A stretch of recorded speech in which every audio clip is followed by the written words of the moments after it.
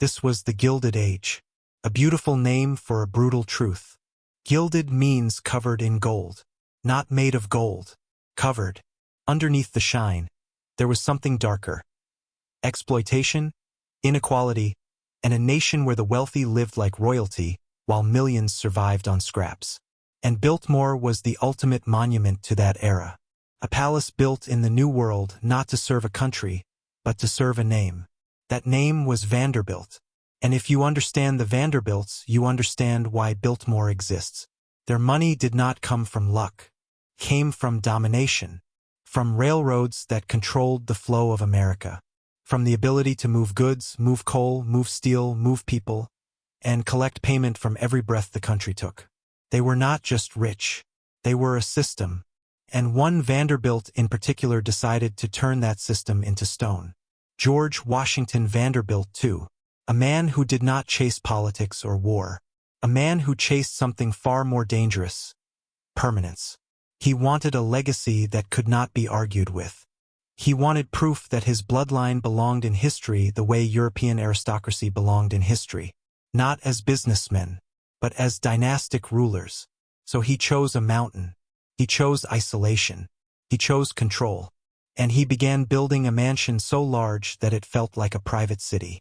A place where winter could never touch him, where the outside world could never threaten him, where time itself would slow down at the gates. But even kingdoms built of stone have one weakness. They are still built by humans. And humans always fail. No matter how high the towers rise, no matter how perfect the gardens look, no matter how many rooms you hide behind locked doors, the outside world eventually finds you. History always comes to collect its debt. George Vanderbilt was not the loudest Vanderbilt. He wasn't a reckless party king.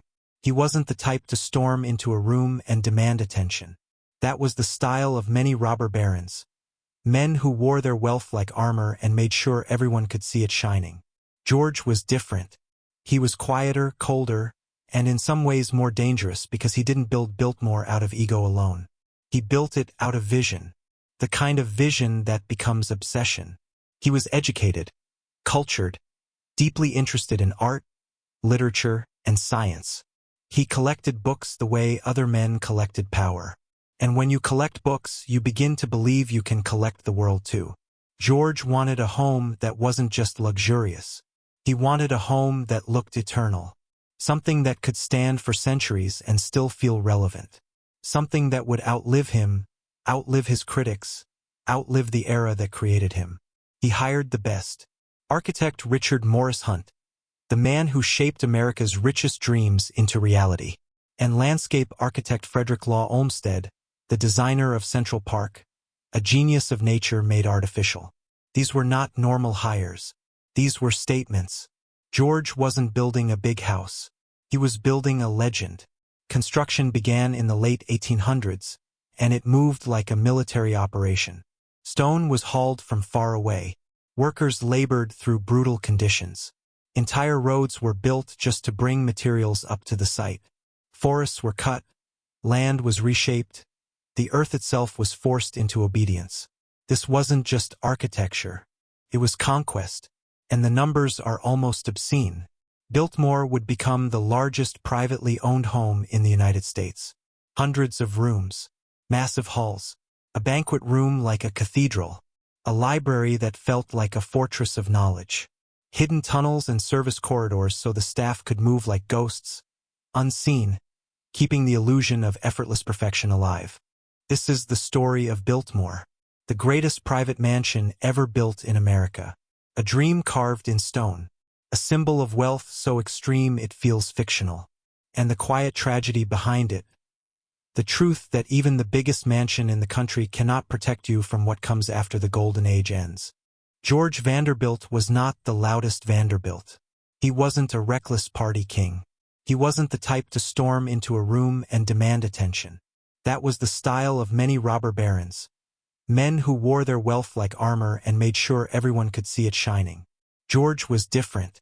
He was quieter, colder, and in some ways more dangerous because he didn't build Biltmore out of ego alone. He built it out of vision. The kind of vision that becomes obsession. He was educated, cultured, deeply interested in art, literature, and science. He collected books the way other men collected power. And when you collect books, you begin to believe you can collect the world too. George wanted a home that wasn't just luxurious. He wanted a home that looked eternal. Something that could stand for centuries and still feel relevant. Something that would outlive him, outlive his critics, outlive the era that created him. He hired the best. Architect Richard Morris Hunt, the man who shaped America's richest dreams into reality, and landscape architect Frederick Law Olmsted, the designer of Central Park, a genius of nature made artificial. These were not normal hires. These were statements. George wasn't building a big house. He was building a legend. Construction began in the late 1800s, and it moved like a military operation. Stone was hauled from far away. Workers labored through brutal conditions. Entire roads were built just to bring materials up to the site. Forests were cut. Land was reshaped. The earth itself was forced into obedience. This wasn't just architecture. It was conquest. And the numbers are almost obscene. Biltmore would become the largest privately owned home in the United States. Hundreds of rooms, massive halls, a banquet room like a cathedral, a library that felt like a fortress of knowledge, hidden tunnels and service corridors so the staff could move like ghosts, unseen, keeping the illusion of effortless perfection alive. Because that's what palaces do. They hide the machinery. They hide the human labor. They hide the sweat and the fatigue behind velvet curtains. When you walked into Biltmore, you weren't supposed to see the people who carried the coal, who scrubbed the floors, who cooked the meals, who maintained the gardens. You were supposed to see magic. You were supposed to believe the world created itself for the Vanderbilts. Biltmore's estate wasn't just the mansion. It was thousands of acres of managed land. Farms, forests, roads, water systems. It functioned like a controlled ecosystem. George Vanderbilt wanted to own not only his house, but everything around it. The air, the view, the silence. This was the purest form of wealth. The ability to shape your environment until reality becomes your private design. When Biltmore opened, it wasn't just a home. It was a demonstration. A warning to America that certain families were operating on a different level of existence. While most people lived in cramped city apartments, while factories swallowed workers whole, while poverty and sickness moved through crowded neighborhoods, the Vanderbilts built a castle. And in that castle, they hosted guests like they were European nobility. Lavish dinners, music, fireplaces burning in multiple rooms at once, servants moving silently like shadows. The illusion was perfect, a world untouched by struggle. But behind all that perfection, there was a crack that always appears when wealth becomes too massive. The crack is that the mansion needs constant feeding. It needs money forever. It needs staff forever.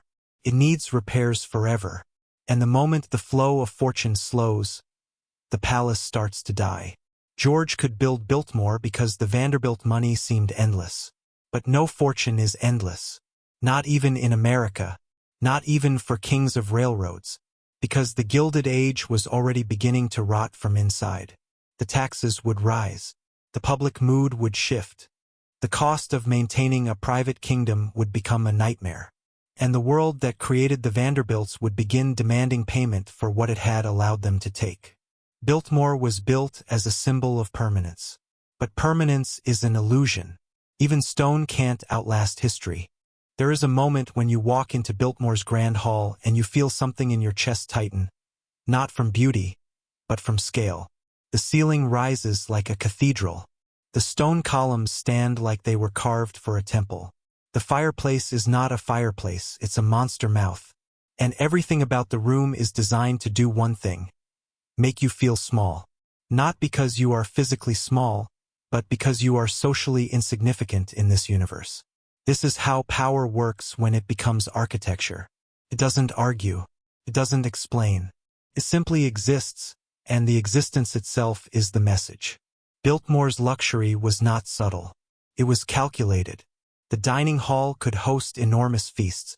The kitchens were industrial for their time, built to feed an army of guests. The basement systems were advanced. Heating, plumbing, Electricity.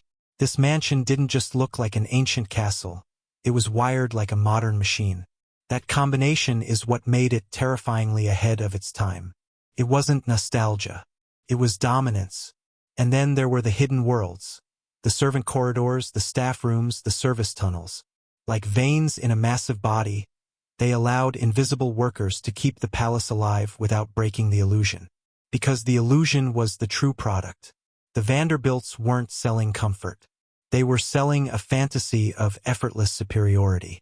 Even the estate outside was a masterpiece of control.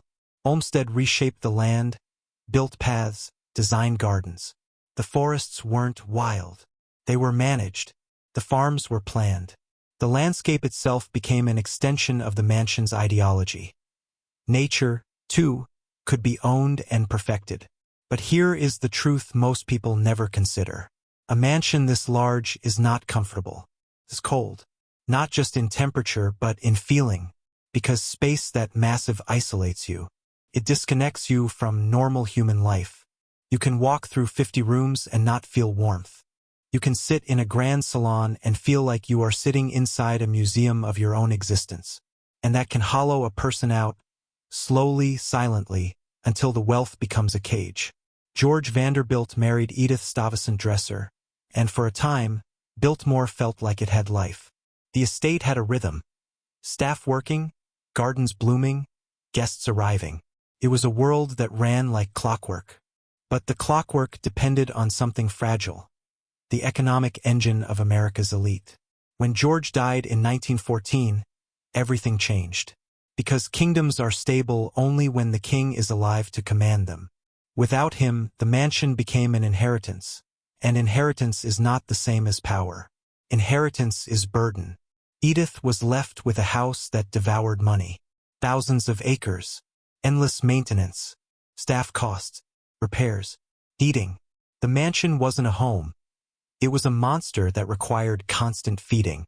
And the world was changing fast. The Gilded Age arrogance was fading. America was becoming modern. Taxes would rise. Public attitudes toward obscene wealth were shifting. The rich could no longer hide behind velvet curtains without being questioned. To survive, the family began selling off parts of the estate. Land was sold. Assets were reduced. The private kingdom started shrinking. And that shrinking is the real tragedy of Biltmore. Watching something built as forever start breaking apart piece by piece. But even as the estate was cut down, the mansion stood. And it stood like a ghost of the old era, refusing to disappear. It became less of a private dream and more of a monument. A monument to a time when America's richest men tried to live like kings and believed the world would never demand accountability. The mansion survived because it adapted. Eventually, it opened to the public.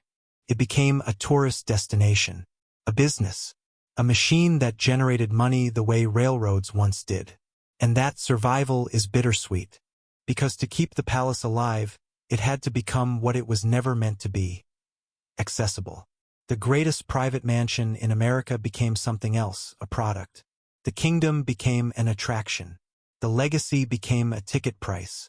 And in that transformation, Biltmore reveals the darkest truth of wealth. Even when you build a castle, history can still take it away.